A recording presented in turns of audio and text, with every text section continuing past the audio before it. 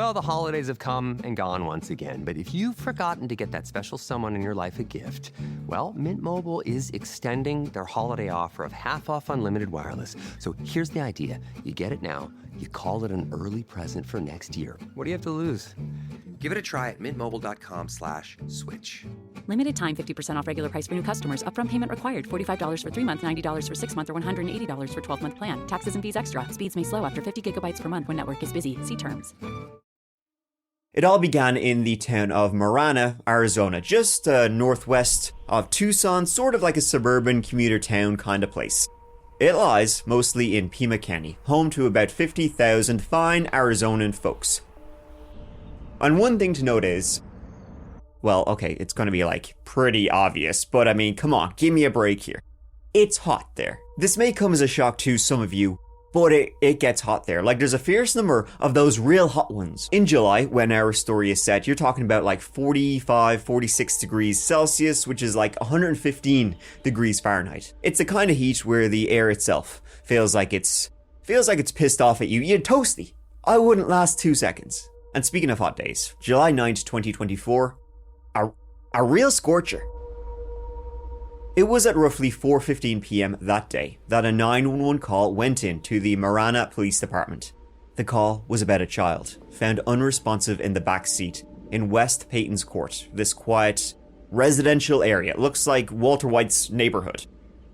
All pretty unremarkable, but ain't that just the way? Why is it always that the most horrifying crimes happen in the most mundane places? That's probably what makes them so horrifying, because they happen in places that you and I are living in.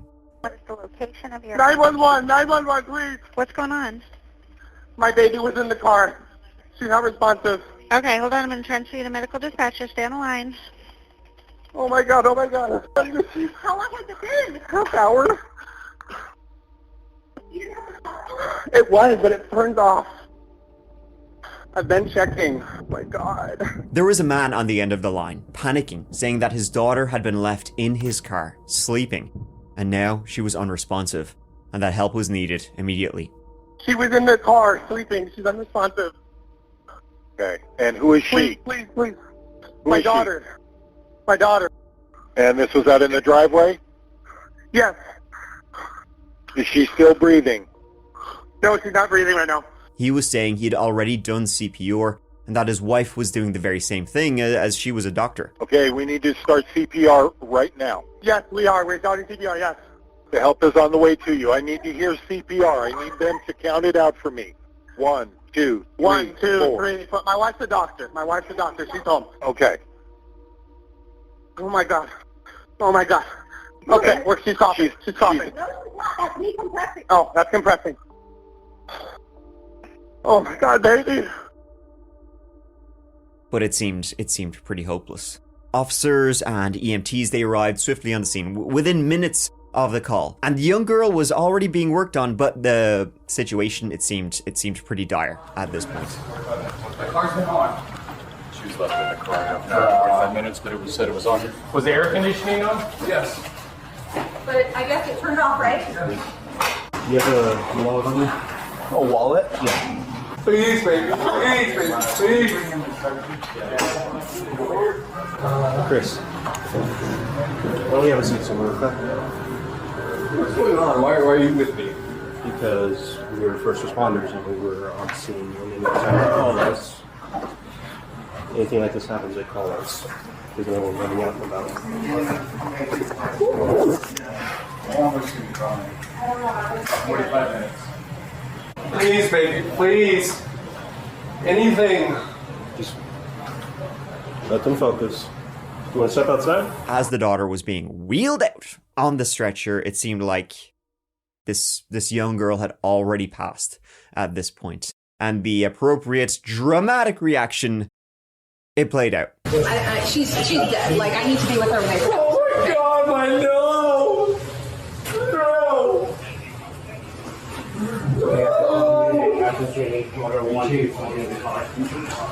At the hospital, the young girl would be pronounced dead on arrival. Cause of death was heat exposure. The mother of the child, Erica Scholtes, left with her daughter. The victim, 2-year-old Parker Scholtes, They were going to the hospital, but it seemed to be a foregone conclusion, you know, at this point. And left at the home was the father, the person who had left young Parker in the car, Christopher Scholtes. We're going to keep you updated with everything, okay? We just need to stand by with you right now, all right? Is that your wife out there? Yes. Okay. We're going to make sure she gets down there, okay? He remained back at the home and the police remained with him. You know, riddle us this, Christopher. You want to tell, like, what happened? Want to start whenever you're ready? He didn't do good. We're just going to need to get a statement from you about what happened, what's been going on. Obviously, I know this isn't easy for you, okay? It's not easy for anyone around right now. We're going to keep you updated with everything we hear. Can you give us some kind of explanation here as to what led to a 2-year-old to pass away in your car on a day like today under what seemed to be such preventable circumstances? I mean, the thing was, it was extremely preventable. But just not to Chris, who had done this. He was collecting, leaving your kid in a boiling hot car incidents like they were Pokemon cards. Chris, he was extremely distraught, as you can imagine. I mean, what's the first thing you're going to do when you're distraught? And your daughter has just died of heat exposure. Make yourself a nice cold drink with ice. Hey, it's a hot day. And he sat down with the officer to explain how one fine day turned into a complete nightmare. Just been hanging out at home. She was sleeping in the car and I had the car on. But it has a sensor where every 30 minutes or so it'll turn off if you haven't moved. I swore she was in the house playing with her sisters like she always does. Chris Scholtes, though, wasn't just twiddling his thumbs being the happy wanderer in this story. Especially when the police have to initially, you know, treat every death as, well, a possible crime scene, possibly suspicious. And Chris, upon hearing this, that's when the waterworks really began to flow. I don't want to feel like we're intruding, but we're going to have to stand by with you for a while. All right? Is there a reason why? So any death, we have to treat like a crime scene.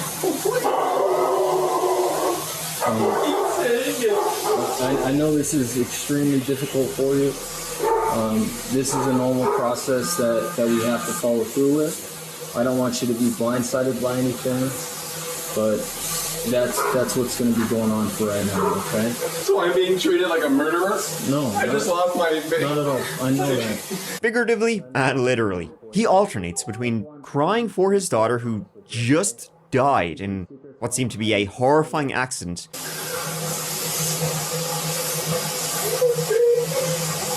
And I mean, Chris, he's making the noises. He alternates between, you know, that and then sort of being like, fuck. What a bummer, dude. I just wanted a game today. He was then very adamant about taking a shower so he can go to the hospital, which is weird. Would it be all right? So we can't let you do that right now. We have to stand by with you, okay? As soon as you can, we will let you know. You can stay in the room if you want, but I'm not going to talk. I know this isn't easy for you, but the quicker we get this done and finished up, the sooner you can be with your wife, all right? I'm trying to turn it off so I can go to the hospital to be with my wife. We're not going to shower or anything right now. You need to stand by with us. I don't understand why. Okay? Please. I don't understand why. I tried explaining that to you. We just need to stand by with you. I'm standing by. Why can't I take a shower while you stand by? What is... It's not necessary right now. Okay. I'm not going to stand here and watch you shower. There'll be time for that, but it's not right now. Your daughter just died, but make sure you get a good rinse. Get those suds in. It's almost like he's trying to wash away something, eh? Chris had already told a number of lies, which we are going to get into, my friends. And almost everything about this case is baffling. And honestly, infuriating. We always park that car in the garage usually, but I just got a Peloton recently, and the Peloton is in the garage now. So that's why it's not even in the garage. But And how long was she sleeping in the car out there?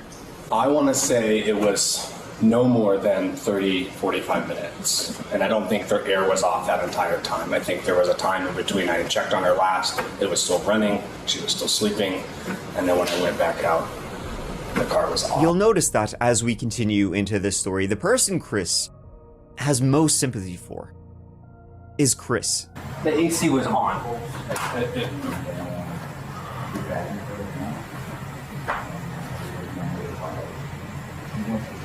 What car was it? You guys all here for me? My MDX. The one parked in the driveway. The black one? Okay.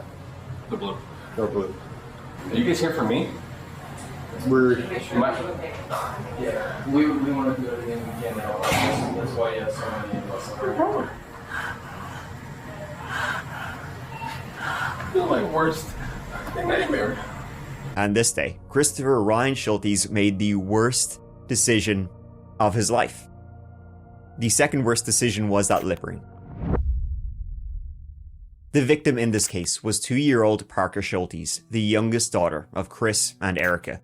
They had 2 older girls, a 9-year-old and a 5-year-old. Parker was described as a beautiful, innocent, curious young girl.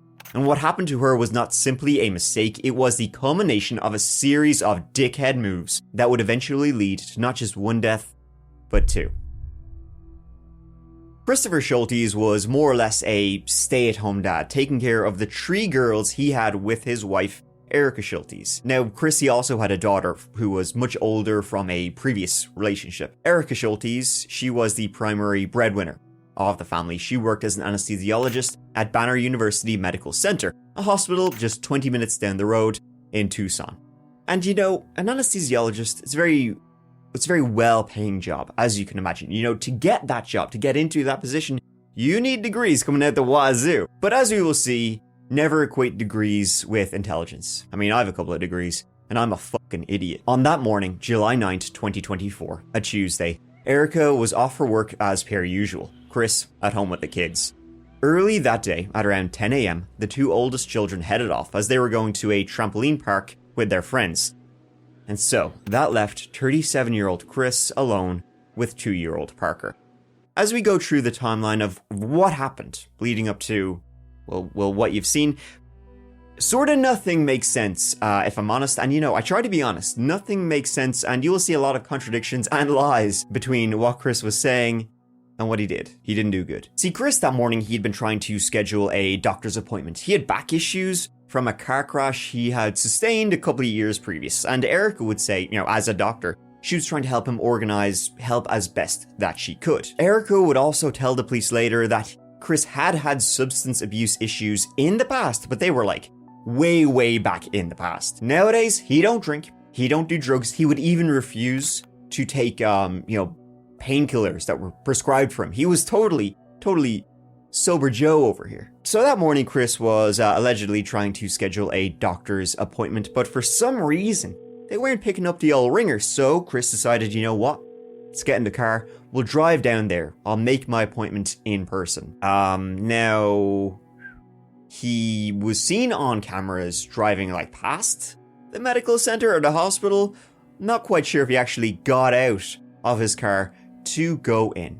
But I'll tell you where he did go in. On his way home, he made 2 stops. One for beer, one for groceries. And, hey, more beer. Why not? He goes into both of these stores alone, presumably leaving Parker back in his car.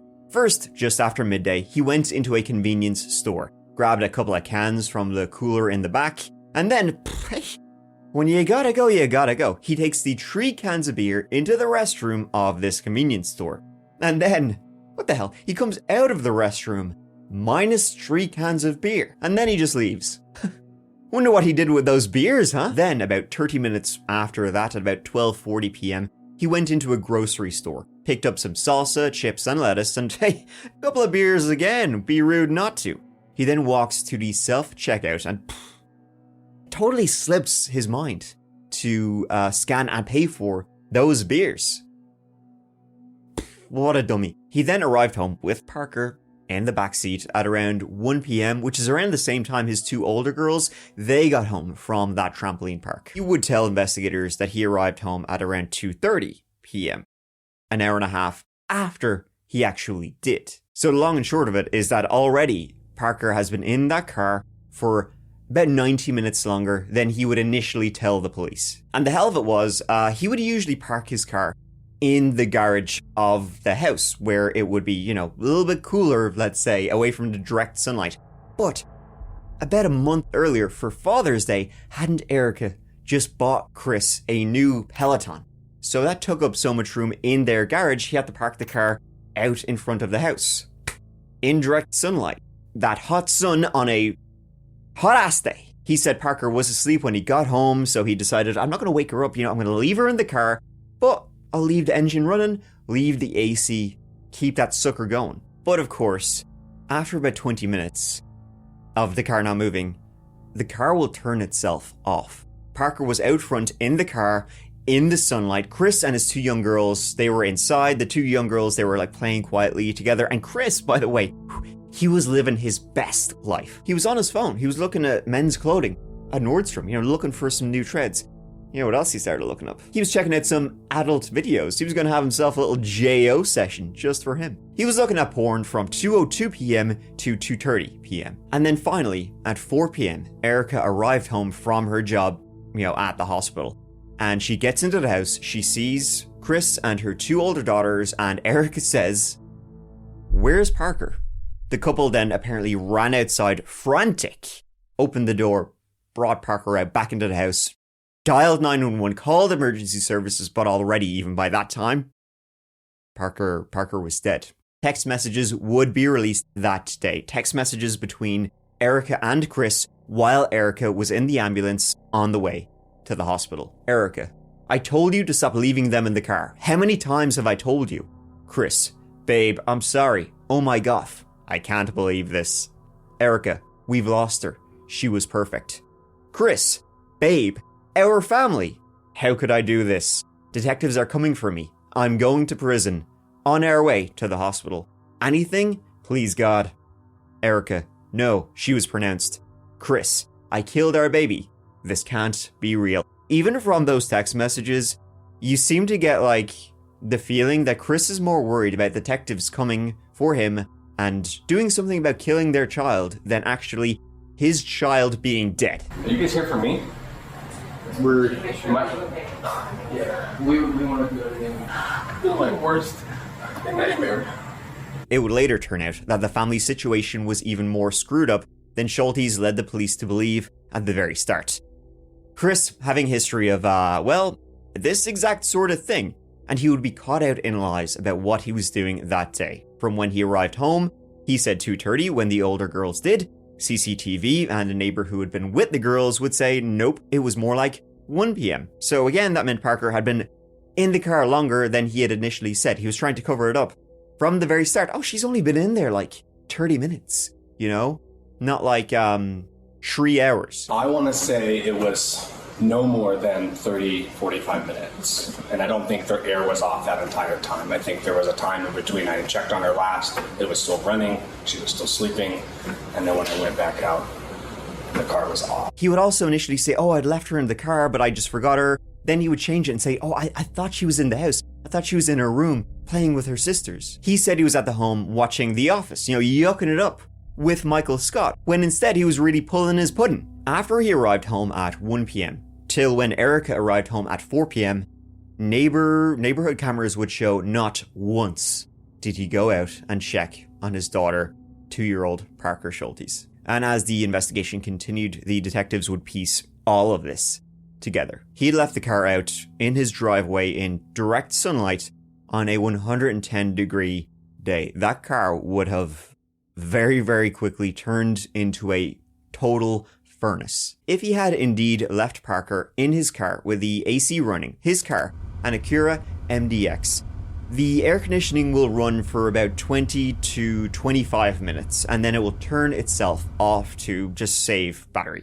That's a safety mechanism just if the car doesn't detect any movement. So Parker would have been in the car in direct sunlight for a further 2.5 hours after the AC was off. It was 109 degrees Fahrenheit that day, which is about 42 degrees Celsius, which I think qualifies as hot as fuck. Police would later do a test to determine the internal temperature of the car once the air conditioning went off. And after 1 hour with no air conditioning, the temperature inside of the car would have reached 137 degrees Fahrenheit. That's 58 degrees Celsius. And it would ultimately reach 149 degrees Fahrenheit, which is 65 degrees Celsius. While the police, were testing this, they themselves would take regular breaks to get out of the car. They would have a big cooler filled with ice, water, and Gatorade. They had to, pour water on themselves so they wouldn't get sunstroke. That's how hot it was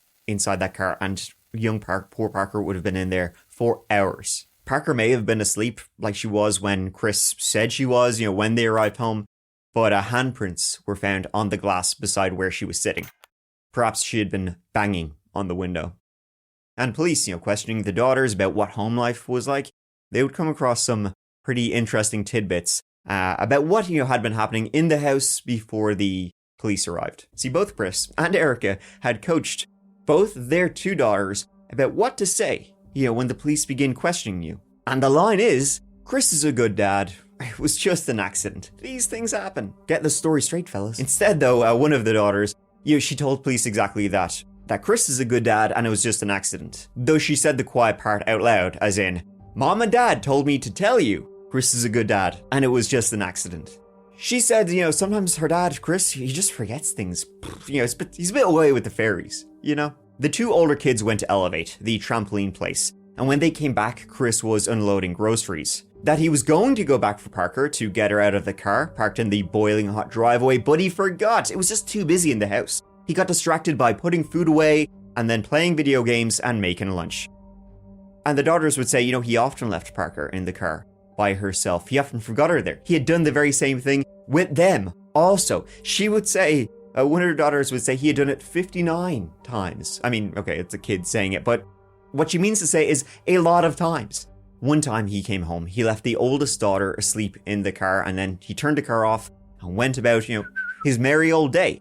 The younger daughter had to come shouting at Chris to maybe let her out before she dies. Chris was, playing PlayStation, blowing the shit out of a few dinosaurs, and then said, I suppose. Basically, Chris had a long history of leaving his kids in the car. He had done it to all 3 kids, and it's sort of, unsurprising that nothing serious had ever happened before. And on multiple occasions, his other children had to remind him, oh hey, you left, one of our siblings in the car, because he was too busy gaming, folks. He was an elite 360 no-scope gamer. I tried to find out what games he was playing, because, if it's Fortnite, well then, screw him. But if it was something like Red Dead Redemption 2, well, let's not be so harsh. This was just such a pattern of behavior. I can only imagine he must have enjoyed doing it, because that's the only explanation for why he would do it so often. That's why this has to be willfully doing this, willful negligence. Because you know what, Chris, he just wanted to drink beer. He just wanted to jerk off. He just wanted to play video games. Have a great L life. Work? Nah, not for me. And so he would probably willfully lock his kids in the car and just kind of forget about them. They're grand. Don't worry about them. Though every time leading up to Parker's death, the car had been parked in the garage. Till he got a Peloton and there was no more room in the garage. The daughter also said that he drank a lot. It was always beer o'clock in the Scholtes household. And looking through the kids' statements, it seemed like he just wanted the kids away from him at all times. On their iPads, sent to their rooms, locked, sleeping in the car, so he wouldn't have to deal with them. Erica had told him, and there was proof, over texts numerous times, telling him, stop leaving the kids in the car. Stop driving so fast, because he was a speeder. Stop drink driving with our kids in the car. Because he loved doing that too. There's only so many times you can do this kind of shit without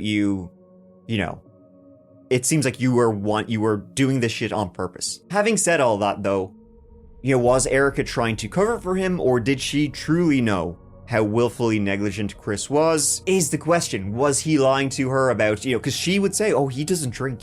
He doesn't do drugs. He's a great dad, Did she know what he was doing all the time? It seems like she does. So therefore you gotta say, Erica, he's doing this to your kids. Maybe you should kind of put your kids first or something? But Erica actually never does that going forward. In her statement from the police, she said this, right? And I'm gonna read directly from the report. She stated, this is a really terrible mistake, is what it comes down to.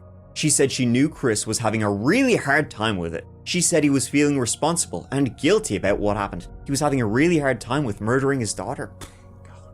Golly. She stated that he is a stay-at-home dad, and she knows he feels that he has a lot on his plate. The house, feeding the kids, and taking care of the dogs. Off my own fucking hell. Wow, well, talk about stressful life over here. Feeding the kids, walking the dogs, and the PlayStation's not gonna play itself, And they say nurses have it tough. Get a load of this guy. Something like this has not happened before. This is a little strange, but knowing him and how overwhelmed he can get, it does make a little sense to her. She stated that she does not forgive that, but she still understands him. She stated things have been really good for her and Chris recently, because he quit drinking alcohol 3 months ago. Yeah, okay. She stated there was never any abuse, but if he would drink when they went on vacation, It was just not a great time. It truly was not a great time because, as I said in the months previous, Erica repeatedly texted Chris saying she had concerns for his behavior, namely driving drunk, locking their kids in the car, and speeding with their daughters in the backseat. And it wasn't just his wife and daughters who, had some problems with his behavior. Well, it was here on this block that Christopher Scholtes' 2-year-old daughter died inside of the family car as temperatures scorched above 100 degrees. The News 4 Tucson investigators have learned that Scholtes has a 16-year-old daughter from a previous relationship. That daughter tells us she's heartbroken for her half-sister's death, but not the least bit surprised. His 16-year-old daughter from a previous relationship would speak out. She wouldn't be identified, but she said that when she was a kid, he did the same thing. She didn't even meet Chris until she was 5. And then there was a bitter custody battle between her mom and Chris. Chris, unfortunately for her, won. And she would live with Chris and Erica for 4 years. Years, she would say, were a total nightmare. He would lock her in the car for hours and hours, feed her like once a day, which as a diabetic was dangerous for her. Once she tried to, hurt herself, and CPS were called and they would take her out of Chris and Erica's custody. She would go back and live with her mom. But tragically, her mom passed away then a year later, and she would go and live with a family friend. She would later sue both Erica and Chris for what she would call emotional distress, physical, psychological, and emotional abuse. The report read she would frequently be slapped, thrown, have her hair pulled, have her head pushed into walls, and be picked up by her shirt or arm. Folks, shockingly, I don't know if you'll agree with me, but he's just not a great fella, to be honest. And I mean, he did have a number of incidents with the police for drunk driving, and in 2017 was arrested for assault. So, he's not great, he didn't do good. After Parker's death, police went door to door in the neighborhood to try and, just find out a little bit more about the Scholtes family, what they knew, what kind of history did they have. And let me read you out what one neighbor would say. Sarah started off by saying there is a pattern of behavior from Chris Scholtes of negligence. Sarah stated she has been involved in search parties, looking for Christopher's, children and animals on a handful of occasions, because they leave the home while he is sleeping or something else happens. Sarah really wanted it to be understood that this was negligent and a pattern of negligence that was 100% avoidable, and it was not simply, oopsie, this never happens kind of thing. There was even rumors that he was also banging his next door neighbor because, he's sitting around the house doing sweet fuck all. All of the neighbors would know about the Scholtes situation and the negligence and the kids going missing and then being found, and kids would be seen wandering the streets at 2 a.m. appearing outside neighbors' houses in their underwear. So they were sort of the talk of the neighborhood. Except for one female neighbor who lived next door, who never had a bad thing to say about Chris, and everybody else basically suspected that's because he's plowing her. Yeah, his kids would sometimes just go missing for periods of time, and neighbors would have to help in the search while Chris was back, napping. Because it's absolutely exhausting doing fucking nothing, isn't it?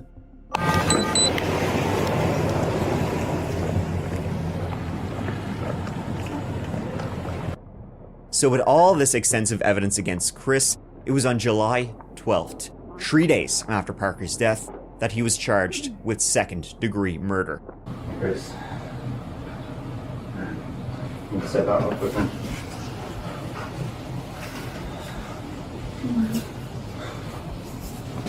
Alright, so remember how I talked? Can we do this maybe out here so the kiddos don't have to hear? Here, one is sleeping and one's next door. So remember how we talked about the investigation and things that would transpire? Okay, and I told you I'm always going to tell you guys the truth. There's no secrets here, right? So based off of our investigation at this point, right, we have determined that there's probable cause to go ahead and charge you for what happened. Okay. Let's come out here, Christopher. No. It's okay. It's okay. No. Okay. So listen. No. Listen. Okay. No. This doesn't change what's happening. This doesn't change what's going on. Okay. No. What happens at this point? It's simple. Okay. What happens at this point is you are going to be taken into custody. All right, and you will be booked And then after your books, you have an initial appearance with the judge within the first 24 hours. Okay? After the first 24 hours, right, the judge will determine bond and things like that as far as what happens next. At that point, the case goes to the courts. It'll be between you, it'll be between your attorneys, and it'll be between the county prosecutor. So, again, I can't change the consequences of what happened, all right? But what I'm going to ask of you...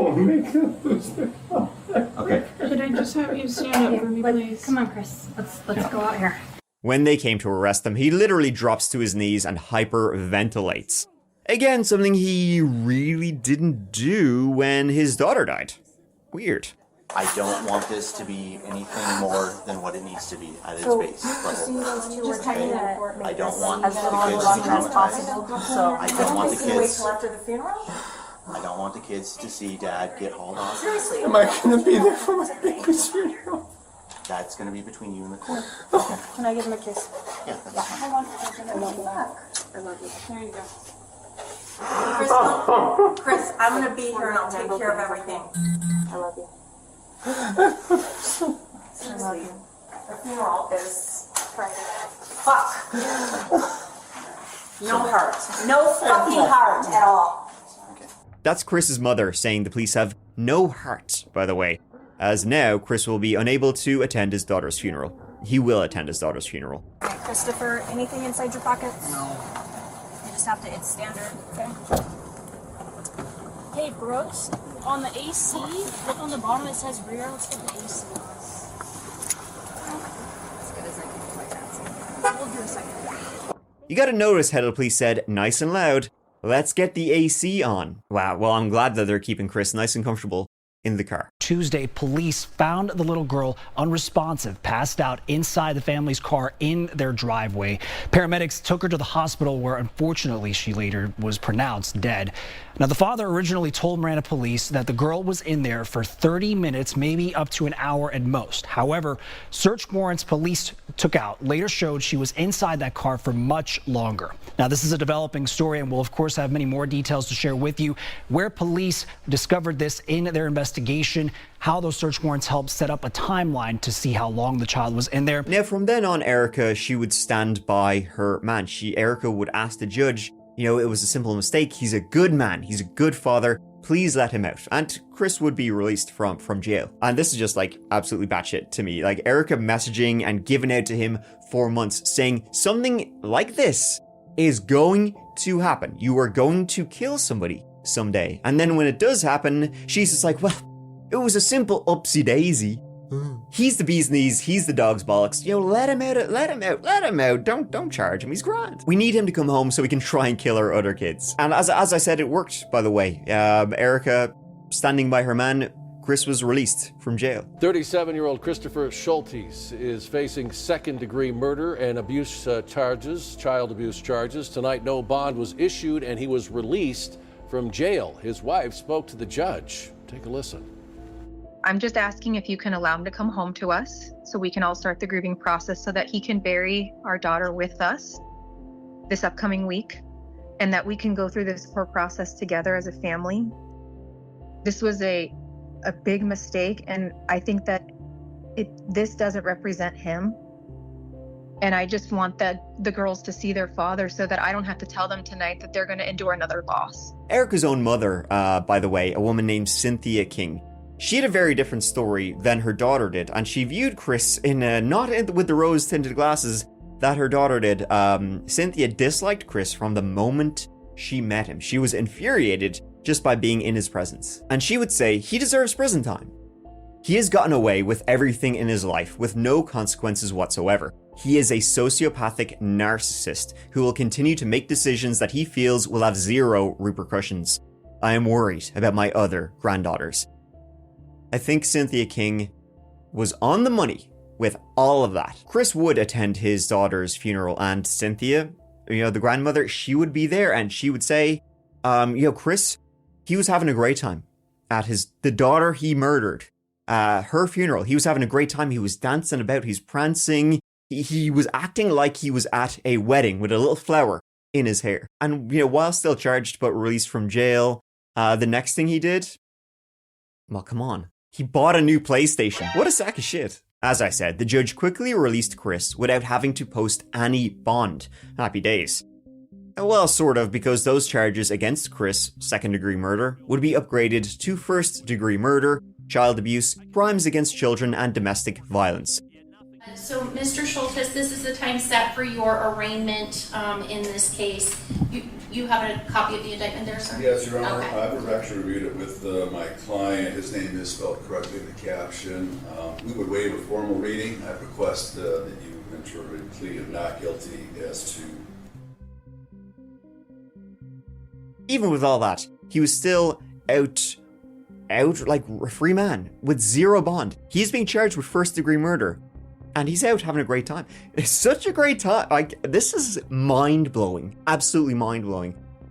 Him and Erica would ask the judge, hey, do you mind if we go on vacation? We go on vacay, baby? We're planning on going to Hawaii, have some little family time together. And the judge says, yeah, sure, off you go. Have a good time, lads. Have a great time. He's a first-degree murderer. Is there lead in the pipes in Arizona or what? And then it gets even better. In March 2025, he rejected a deal he was offered by the courts. They offered him a plea deal of second-degree murder, which would have been 10 to 25 years in prison. And Chris said, nope, I'd rather take this to trial on first-degree murder charges. And he very nearly did. Marana dad will be going to prison for leaving his daughter in a hot car. Christopher Scholtes has accepted a plea deal for the 2-year-old's death last year. 13 News reporter J.D. Wallace is live downtown at Superior Court with what he accepted and how it limits his time behind bars. J.D. Val, second-degree murder and child abuse could have added up to almost 50 years, but this deal limits it to just more than half that. 15 months of court appearances and the threat of a first-degree murder trial are behind Christopher Scholtes, but he looks far from pleased as he walks out of court after accepting a deal in the death of his daughter, Parker. Mr. Scholtes, is there anything you wish to say to other family members? In late October 2025, Christopher Scholtes entered a plea of guilty to the charges of second-degree murder and intentional child abuse, likely to cause death or serious physical injury. That was just a handful of days before his trial for first-degree murder was scheduled to begin. That was the very same deal he had rejected about 7 months previous. But now he's like, actually, yeah, I'll have a bit of that. The Pima County Attorney's Office said he would still have to face between 20 and 30 years in prison, however. But if he had gone to trial, he may have gotten a life or even the death penalty.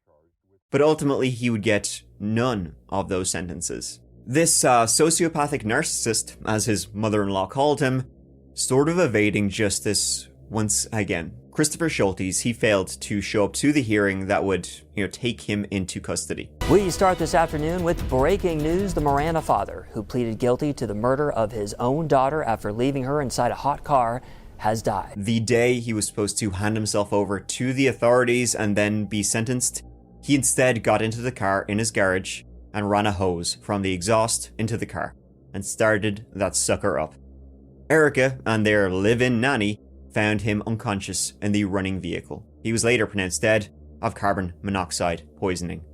On top of the car, he had left a note, and nearby was a rope and a ladder. It's unclear if he tried one method before the other.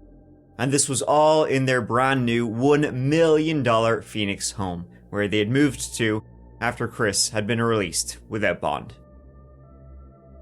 Whether it was the guilt of what he had done to his daughter just finally got to him, or the fear of going to prison, because I guess child killers don't have a fantastic time, we don't know. But I'll hazard a guess that because he did this the very same day he was supposed to hand himself over to the authorities, well, that will give you a pretty good indication of what Chris's mindset was. Once again, a sociopathic narcissist.